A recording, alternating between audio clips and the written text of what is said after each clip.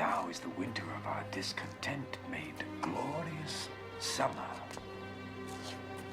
by this son of York. And all the clouds that lowered upon our house in the deep bosom of the ocean buried.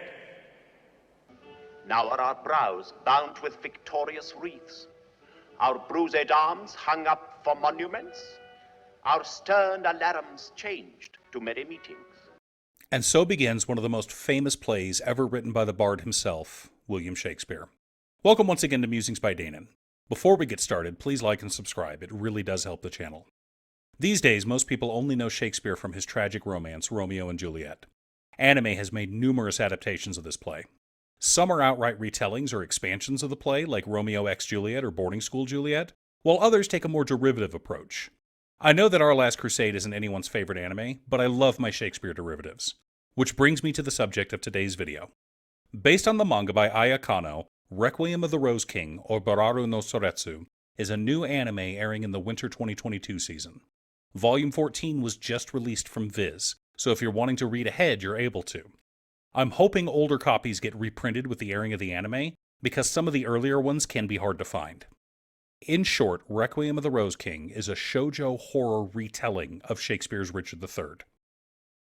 Kano didn't just base her manga on Richard III, she adapted the entire War of the Roses series, also known as the First Henriade. Shakespeare got in a bit of trouble with his tetralogy, and his second tetralogy was a sort of apology to Queen Elizabeth. The Second Henriade consists of Richard II, Henry IV Parts 1 and 2, and Henry V, and it takes place long before the events of the First Henriade. Henry V is where we get the famous St. Crispin's Day speech from. We few, we happy few, we band of brothers. Henry V is also rare among historical plays in that Shakespeare wrote the main character getting a happy ending. As I stated earlier, the First Henriade consists of the 4 plays depicting the War of the Roses, or England's Civil War, when the 2 branches of the Plantagenet house, the Yorks and the Lancasters, fought for control of England. It consists of Henry VI, parts 1, 2, and 3, and is concluded in Richard III. This tetralogy pulls no punches, and it portrays both branches of the Plantagenet house as either incompetent idiots or irredeemable villains. Needless to say, Shakespeare's writing of the royal family didn't go over too well with Queen Elizabeth, which is what led to his writing of the Second Henriade. I did want to go into a bit of the real history of the War of the Roses, just so people not familiar can have some perspective. Spoiler alert for a 400-year-old play and historical events that are even older. In the middle of the 15th century, England was reeling from the loss of the 100 Years' War to France. Thousands of out-of-work soldiers, a mentally ill king prone to being catatonic, and 2 houses both with legitimate claims to the throne.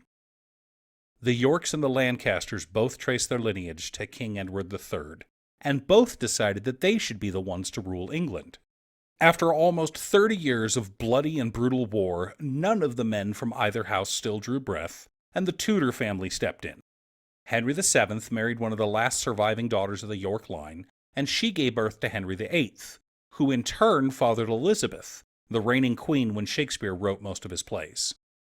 Obviously, I'm oversimplifying here, but I wanted you to get a bit of perspective of when Shakespeare was writing these plays. Richard III is one of the most performed of Shakespeare's histories, second only to Julius Caesar. But since it's the conclusion to a series of other plays, much of it is edited or completely dropped when it's performed in order to avoid confusing the audience. However, Kano isn't doing that with Requiem of the Rose King. She has taken the whole of the Henriade, the 3 Henry VI plays and Richard III, and put it together in a single story centered around someone who is undeniably the greatest villain Shakespeare ever wrote.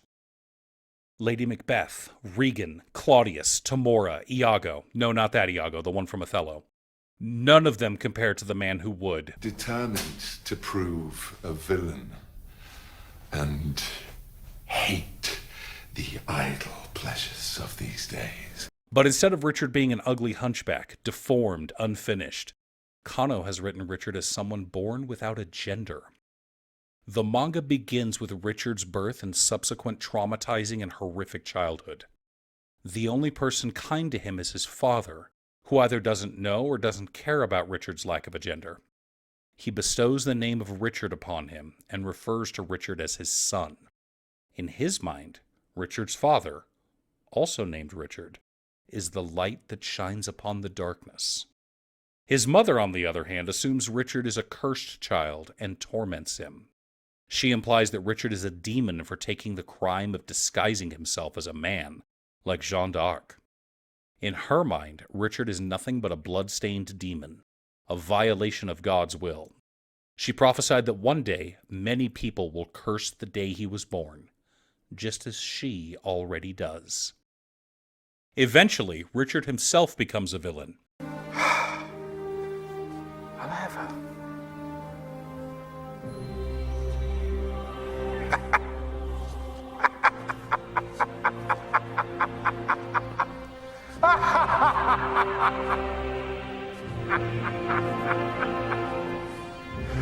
But I will not keep her long.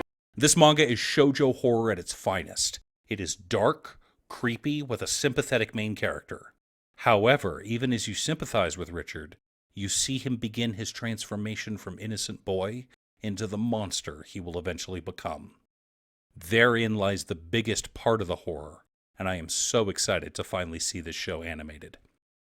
Thanks for tuning in. Once again, a huge shout out to my editor Cute Stuff. I couldn't make these videos without her. If you'd like to hire her to edit your own videos, there's a link to her Fiverr page below. Please like and subscribe for more content, and I'll see you all again next time.